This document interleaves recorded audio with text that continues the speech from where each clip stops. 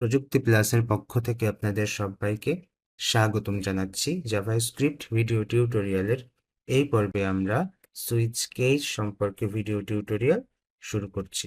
আমরা কোড এডিটরে চলে যাই। এখানে আমরা দেখতে পাচ্ছি সুইচ কেসের যে ফরম্যাটটা সেটি এখানে পূর্বে থেকে আমরা লিখে রাখছি। প্রথমে সুইচ লেখার পর এর ভেতরে এক্সপ্রেশন থাকে বা কন্ডিশন থাকে, যার ভেতরে যে ভ্যালু থাকে সেই ভ্যালুর সাথে এই কেসগুলোকে চেক করা হয়। যদি এই কেসের সাথে মিলে যায়, এইখানে যেটি লেখা থাকে সেটির সাথে যদি মিলে যায়, তাহলে এখানে যে কোড থাকে সেই কোড এক্সিকিউট হয়, অর্থাৎ রান হয়। এবার রান হওয়ার পর এই ব্রেক এর মাধ্যমে এখান থেকে বের হয়ে সুইচ থেকে বের হয়ে যায়। এভাবে পরবর্তীতে এটা যদি মিলে না যায়, এইটার ভ্যালুর সাথে যদি এই ভ্যালু মিলে না যায়, তাহলে পরবর্তী ভ্যালুর সাথে চেক করা হয়। এটির সাথেও যদি না মিলে যায়, তাহলে এটার সাথে চেক করা হয়। এভাবে পর্যায়ক্রমে প্রত্যেকটা কেসকে চেক করা হয়। চেক করার পর যেটির সাথে মিলে যায় সেটির ভেতরে যে কোডগুলো থাকে সেই কোডগুলো রান করে। আর যদি কোনোটার সাথে না মিলে যায়, তাহলে এই যে ডিফল্টের ভেতরে যেটি থাকে সেটি রান করে। এই হচ্ছে আমাদের সুইচ কেসের মেইন বেসিক। তো চলুন আমরা আমাদের একটা রিয়েল লাইফ এক্সাম্পল দেখে আসি। আমরা এটিকে মুছে দিই এখানে আমরা একটা ভেরিয়েবল নিতে পারি, অর্ডার স্ট্যাটাস এই নামে একটা ভেরিয়েবল নিলাম। তো অর্ডারের অনেকগুলো স্ট্যাটাস থাকে। যখন কোনো একজন ক্রেতা কোনো একটা ওয়েবসাইটে অর্ডার করে কোনো একটা প্রোডাক্টকে, তখন একজন বিক্রেতা ওই অর্ডারকে চেক করার আগ পর্যন্ত ওই অর্ডারের স্ট্যাটাস থাকে পেন্ডিং। ওই অর্ডারের স্ট্যাটাস থাকে পেন্ডিং। তাহলে আমরা এখানে সেই পেন্ডিং লিখে দিতে পারি, পেন্ডিং। ওকে, এভাবে আরও কিন্তু অনেক অর্ডার স্ট্যাটাস আছে। যেমন এই পেন্ডিং অর্ডার যখন ওয়েবসাইটের অ্যাডমিন বা ওনার যখন চেক করে যে আমার অর্ডারটা ঠিকঠাক মতো আছে কিনা, তার যদি ঠিক থাকে তাহলে অর্ডার কনফার্ম করা হয়, আর যদি ঠিক না থাকে তাহলে অর্ডারটিকে ক্যান্সেল করা হয়। আচ্ছা, মনে করুন অর্ডারটিকে কনফার্ম করা হলো। এখন ওই অর্ডারটিকে তো পাঠাই দিতে হবে। কোথায় পাঠাই দিতে হবে?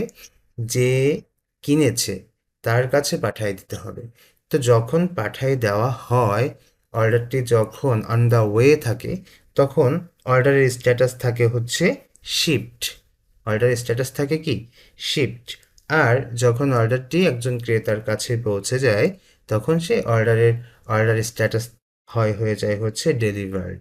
তো আমরা এই জিনিসটা সুইচ কেসের মাধ্যমে সলভ করতে পারি, এবং আমাদের যে রেজাল্ট শিট তৈরি করতে হয় বিভিন্ন গ্রেডে, সেটিও কিন্তু আমরা এই সুইচ কেসের মাধ্যমে সলভ করতে পারি। তো মনে করুন যে অর্ডার করা হলো, এখন পেন্ডিং আছে। এমতো অবস্থায় আমরা সুইচ ইউজ করছি। সুইচ ইউজ করে এর ভেতরে আমরা এই যে আমাদের যে ভেরিয়েবলটা আছে এই ভেরিয়েবলটা দিয়ে দিব। কারণ কি? এই ভেরিয়েবলের ভ্যালুর সাথেই কিন্তু আমরা আমাদের প্রত্যেকটা কেসকে চেক করব। ওকে, তো আমরা এখানে ব্লক শুরু করছি। তারপর এখানে কেসের ভেতরে প্রথমে আমরা কি দিচ্ছি? আমরা পেন্ডিংটাই দিচ্ছি। তো এখানে আমরা জাস্ট আমাদের প্রত্যেকটা অ্যালফাবেটিক্যালি আমরা মিলিয়ে নিব। যেমন আমি এখানে ছোট হাতের দিচ্ছি, এখানেও ছোট হাতের দিচ্ছি। তো পেন্ডিং এভাবে নিচ্ছি। নেওয়ার পর এরপর যদি পেন্ডিং হয়, তাহলে কি টেক্সট শো করবে সেটা আমরা এখানে লিখে দিচ্ছি, console.log। এর ভেতরে আমরা এখানে লিখে দিতে পারি, একটা স্ট্রিং জেনারেট করে দিতে পারি যে ইওর অর্ডার ইজ বিইং, কি বলা যেতে পারে? প্রসিড। কি বলা যেতে পারে? প্রসিড, এভাবে বলা যেতে পারে। আচ্ছা, এভাবে আমরা লিখলাম, লিখে এটাকে আমরা একটা সেমিকোলন দিয়ে দিচ্ছি। আমরা এই বাম পাশে যে সাইড বারটা আছে এটাকে মুছে দেই। এরপর আমাদের তো একটা কেস আমরা লিখছি, তারপর আমরা নতুন করে আবার চলে যাচ্ছি আর একটা কেসে। আর এই যে কেসটা শেষ হচ্ছে, এখানে আমরা একটা ব্রেক দিয়ে দিতে পারি। ব্রেক দিয়ে আমরা এটাকে শেষ করে দিতে পারি। এই ব্রেকের কাজ কি সেটি আমরা একটু পরে আলোচনা করব। আমরা এখানে দ্বিতীয় কেস নিচ্ছি, কেস স্ট্রিং পেন্ডিং এর পর আমরা এখানে রাখতে পারি হচ্ছে কনফার্ম, কনফার্ম এভাবে রেখে দিতে পারি। এখানে একটা ক্লোন দিব, এটা কেউ ভুল করবেন না, অবশ্যই ক্লোন দিতে হবে। তারপর এখানে আমাদের কনসোলে যা প্রিন্ট করতে চাই সেটি আমরা এখানে রেখে দিচ্ছি, console.log। তারপর এখানে এসে আমরা বলে দিচ্ছি যে your order is বা has been shipped।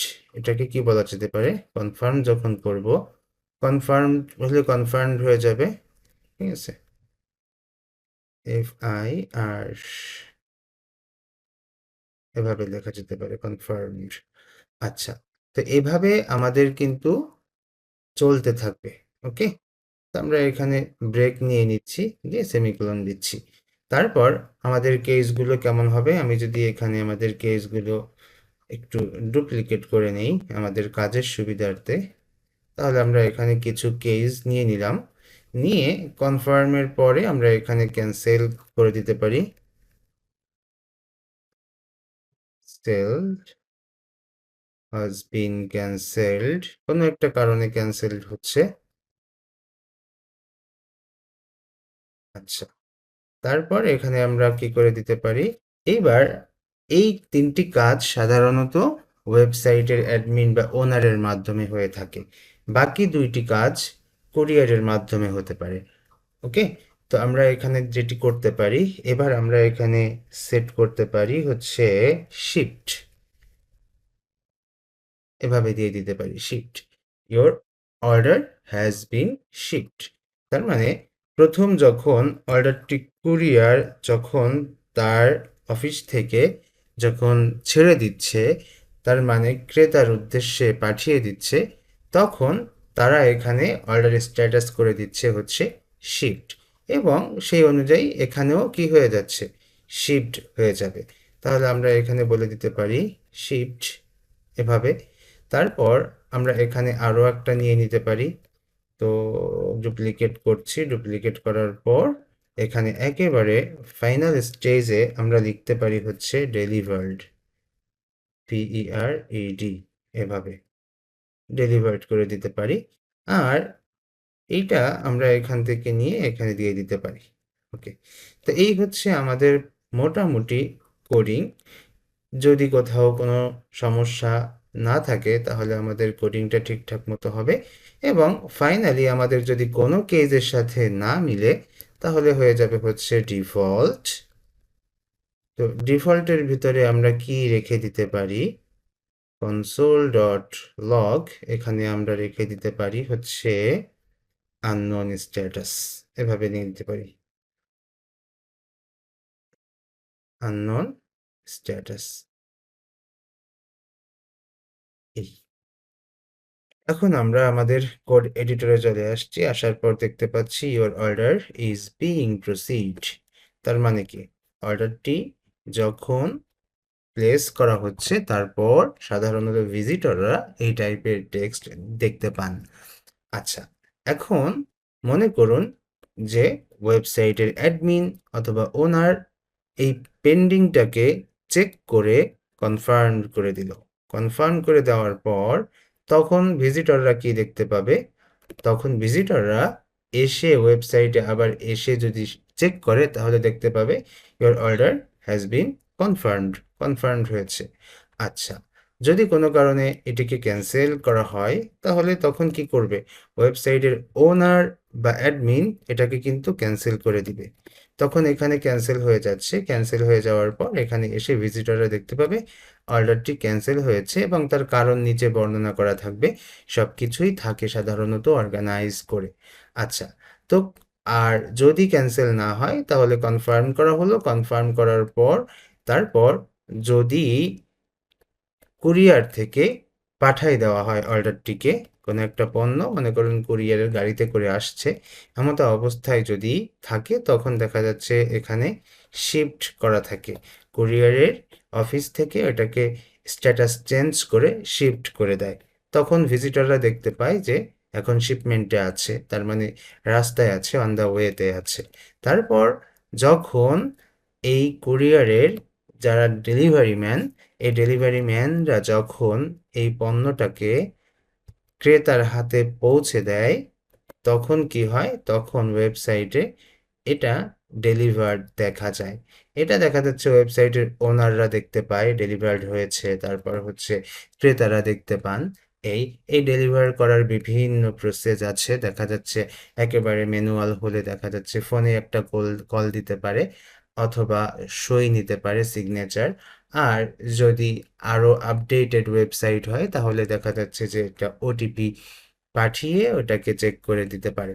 ওকে, তো এই হচ্ছে আমাদের সুইচ কেসের প্রবলেম সলভিং। তো আপনারা চেষ্টা করবেন যে সুইচ কেসের মাধ্যমে বিভিন্ন ধরনের সমস্যার সমাধান করা।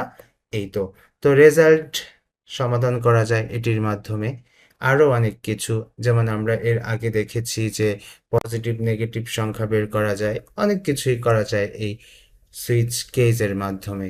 তো ঠিক আছে, এই হচ্ছে আমাদের আজকের ভিডিও। আগামী পর্বের আমন্ত্রণ জানিয়ে আজ এখানেই শেষ করছি। আল্লাহ হাফেজ।